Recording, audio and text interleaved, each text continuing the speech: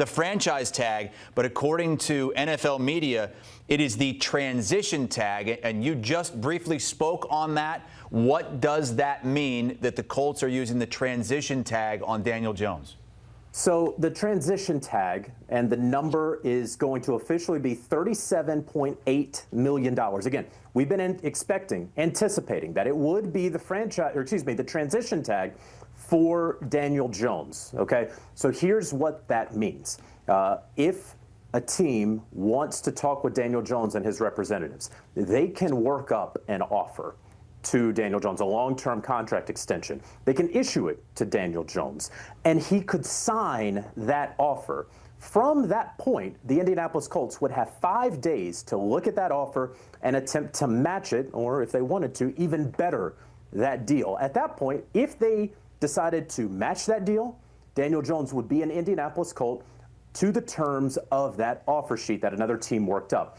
If, for example, they decided not to do it, let's say, and teams can't put in poison pills anymore, but you can make it so that when you look at the Indianapolis Colts cap situation, you could make it if you're another team where, man, it'd be really hard for the Colts to ultimately sign him to this deal. You could lose Daniel Jones if you're the Colts, and you'd get no draft pick compensation. The franchise tag is 2 first-round draft picks. The transition tag is 0 draft picks. So that is the risk that general manager Chris Ballard and the Indianapolis Colts are running right now with Daniel Jones. But I'll say this, when you look around the NFL, who could really sign Daniel Jones to a deal that he would want to sign that the Indianapolis Colts could not match, Chris? It's not the Jets. He wouldn't want to go back to New York. It's not the Arizona Cardinals, right? The Miami Dolphins don't really have that kind of money. So it's really just the Minnesota Vikings, who are in a really difficult cap situation. They're looking to trade Jonathan Grenard. They're looking to get some cap space there. So could he potentially go to Minnesota? That is what we now have to shift our focus to. Minnesota may very well want to go after Kyler Murray, $1.3 million on the veteran minimum once he's released by the Arizona Cardinals, or it could be that they decide to get the money and make a run at Daniel Jones. So this is far from over for the Indianapolis Colts. Transition tag on Daniel Jones will work toward a long-term deal and now shift their focus, of course, to signing Alec Pierce to a deal, hoping he does not hit free agency. All right. Interesting stuff from Jonathan Jones.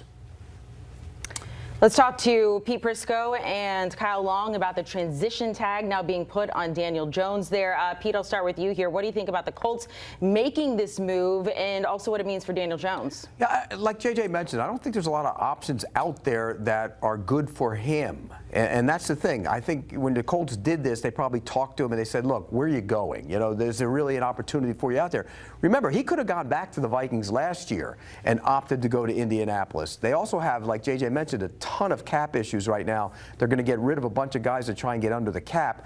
I don't think they can afford Daniel Jones. And when you're talking about a number, what it's going to cost for Daniel Jones, start at that tag number, because that's what his average is going to be about at least. $38 million. So you're going to assume his contract is going to be $40 million or more per year. The Vikings can't do that. So what are the options? I think the Colts did this because they're trying to get a long-term deal done with him. They didn't get it done. And I think this is more about, as much about him realizing that there's not a lot of opportunities for him out there. Could he surprise some people? Maybe, but I don't see where. Give me a chair. I don't see a chair for him, so I think he's going back to Indy. Alec Pierce has been awesome for this football team, and the one thing that stands out to me is Daniel Jones just ain't healthy, and you're not going to spend $44 million on a guy who's not healthy.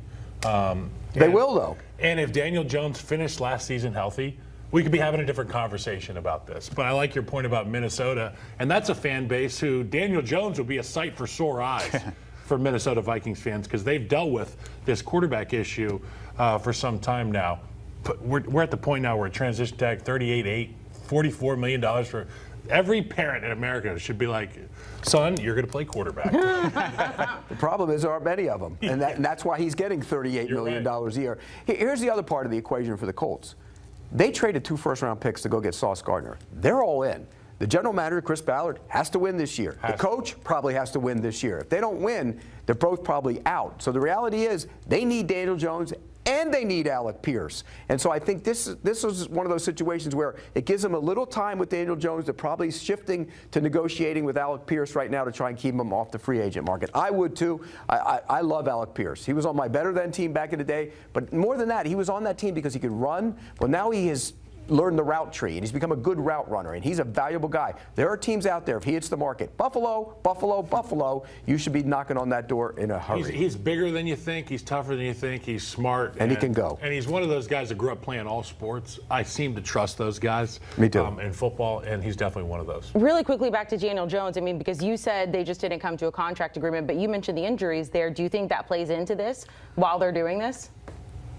That might play on outside the organization more than inside the organization. The fact that they put the tag on him tells you that they think he's healthy enough to be their quarterback. Yeah, he's going to be their starting. It takes time, Pete. But remember, he played with a broken leg and then tore the Achilles. So he had 2 injuries last year. But I do think he'll be back healthy enough to be their starting quarterback, and I think they know that. This is just to try and get some time to get a long-term deal done with him, which I think ultimately they will do. But since they use this tag, they can't use a tag on Alec Pierce. Correct.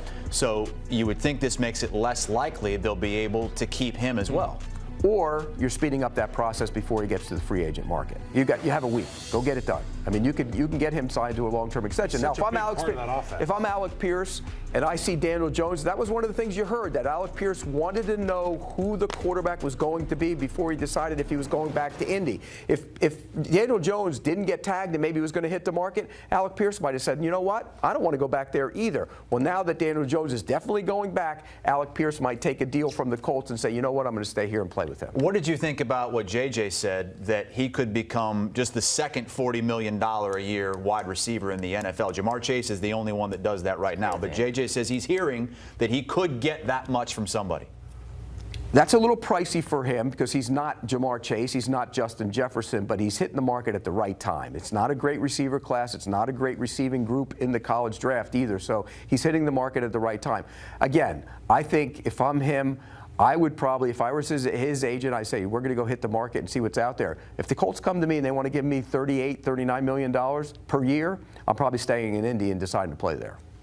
I just think he's one of those guys that can step on the field anywhere he goes, whether it's Indianapolis. We've seen him have success there, but you throw him at any of these teams that are thirsty for another receiver option, and he'll have immediate success. I don't think America understands how good this guy Alec Pierce is. You put him in Buffalo with Josh Allen, you'll find out immediately how good he is. But, and this is a big but when it comes to him, he isn't the elite receiver. He's not Justin Jefferson. He's not Jamar Chase. He's he not catches the ball and you go, oh my God, him again? He's not Smith and Jigba. He's not Puka Nacua. He's not that. What he is, and up until last year, he was a one-trick pony, go down the field and catch the ball. That's what he was. He was a deep threat who could run.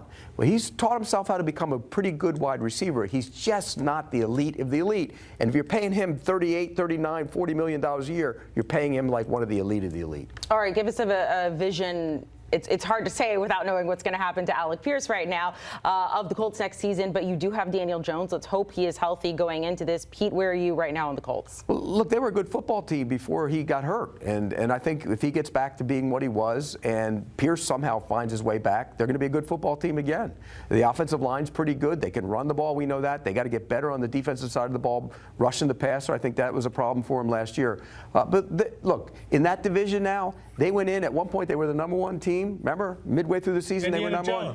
And now what? They're probably the 3rd team in that division. We saw Jonathan Taylor at Radio Row, and first off, what a nice guy. I thought you were going to say what a beast. Pleasure to talk to But him. also a nice guy. Obviously a beast, but I asked him, how are you feeling? You know, these running backs, they take a beating, and he was like, I feel great. Let's go do it again, run it back. And I think that's what we're going to see next year. That blueprint, that identity will be there. They need to stay healthy on the defensive side of the ball. If they're going to score points, they got to take out the opposing quarterbacks. Yep.